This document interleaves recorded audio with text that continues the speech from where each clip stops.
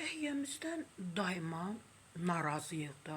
Gəlin səmimi etiraf edək ki, vətəndaşları, elə deyim, xəstələri, pasientləri heç vaxt xəstəxanalar, klinikalar razı sala bilməyib. Gəlin, hər şey göz qabağındadır, nəticələrdə görürük, yanlış müalicələr, yanlış müayinələr, yanlış dərmanlar, dərman preparatları falan xəstələrə yazılır ki, təki pul ödəniş olsun. Ona görə də daima səhiyyəmizdən narazılıq çox olur, giley çox olur. Daima mətbuat, mediamız yazır, ictimailəşdirir. Sonra təbib yarandı. Təbib olandan sonra, yaranandan sonra düşündük ki, səhiyyədə olan problemlər təbii ki azalmalıdır. Təbii ki azalmalıdır və bu narazılıqlar aradan qaldırılmalıdır, götürülməlidir. Əksinə daha çox olub. Birinci təbibə zəng vurursan, siz növbədə 21-ci adamsınız sırada. Birinci təbib, hörmətli təbib, sən bilirsən ki, bütün günü səhiyyədən və təbibdən insanların 99% narazıdır.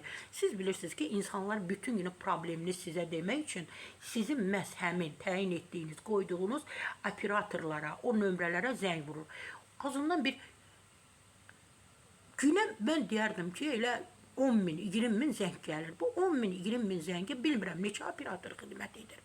Deyir 21-ci. Necə 21-ci? Mən 21-ci necə ola bilər? Mən eyb yoxdur, şəhər Bakı nömrəsindən zəng vuram.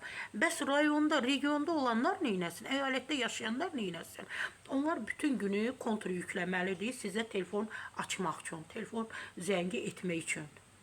Qazandıqları 1 manat deyil. Əgər doğrudan da bu günləri onlar sizə telefon zəng vurmaq üçün, hansısa suala cavab almaq üçün 20 manat kontr yükləyirlərsə, elə 20 manata para verər. Həkimə müayinə olar da, məsəl üçün.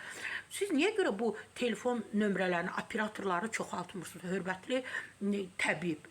Səhiyyə zəng vuranda səhiyyə həmən düşmək olur. Cavablandırırlar bizim suallarımızı. Amma təbbə biz sualımızı cavablandırmaq üçün saatlarla gedirsən, gəlirsən, siz hələ 20-ci sıradasınız, siz hələ 19-cu sıradasınız. Gedirəm marketdən alış-veriş edirəm, gəlib, hələ baxıram ki, mən sıram 8-cidir. Bu yaxınlarda, bu günlərdə sığorta, nə üçün sığorta?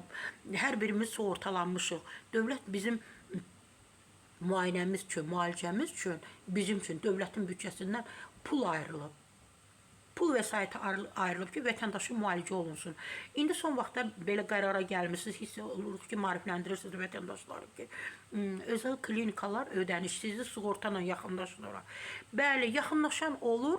Məsəl üçün, onlar deyir ki, məsələn, bu müalicə 1500 manatdır, bu müayinə 1000 manatdır.